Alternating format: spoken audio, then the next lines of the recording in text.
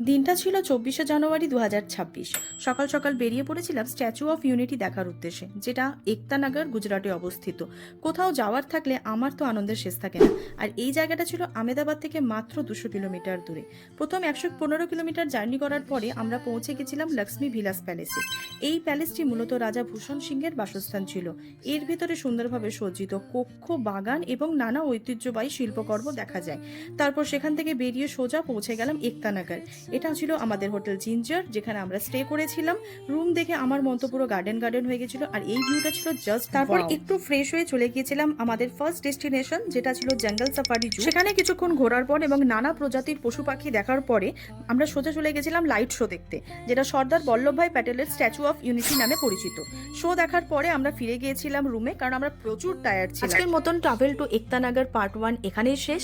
Part 2 নিয়ে খুব তাড়াতাড়ি আসতে চলেছি, সো স্টে টিউন। বাই।